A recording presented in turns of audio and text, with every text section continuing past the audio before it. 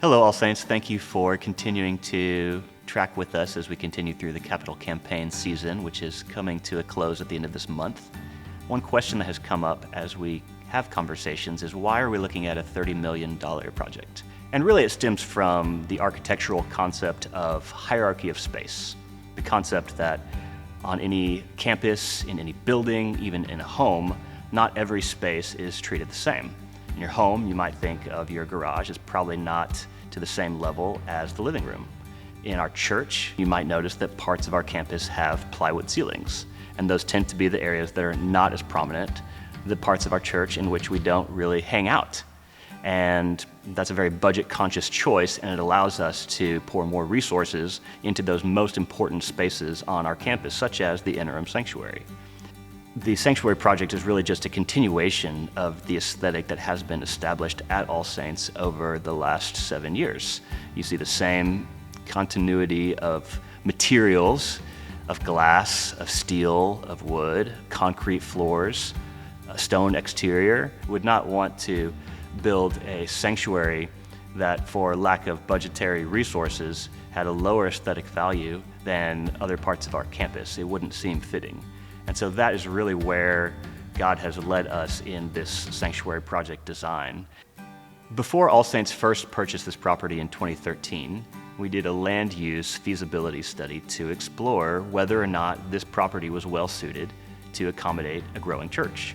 And so that is why we ended up with a design that provided an interim sanctuary, which is beautiful and was sufficient for the size of our congregation at that time. And we have continued to push it to the limits in years since.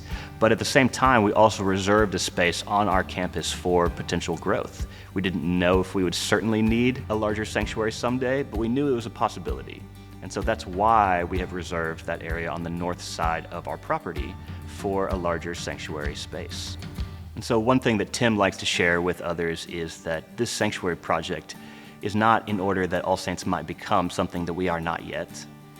It is to continue to be the church that we already are, the church that God is calling us to be, to make more room for those that God is bringing through our doors every week. There's no doubt about it that building in Austin is an expensive endeavor. I've heard from general contractors at our church that this $30 million project may well have been $25 million 5 years ago, and might well be $35 million if we wait another 5 years. There's really no one particular element that's driving up the cost of this project in a meaningful way.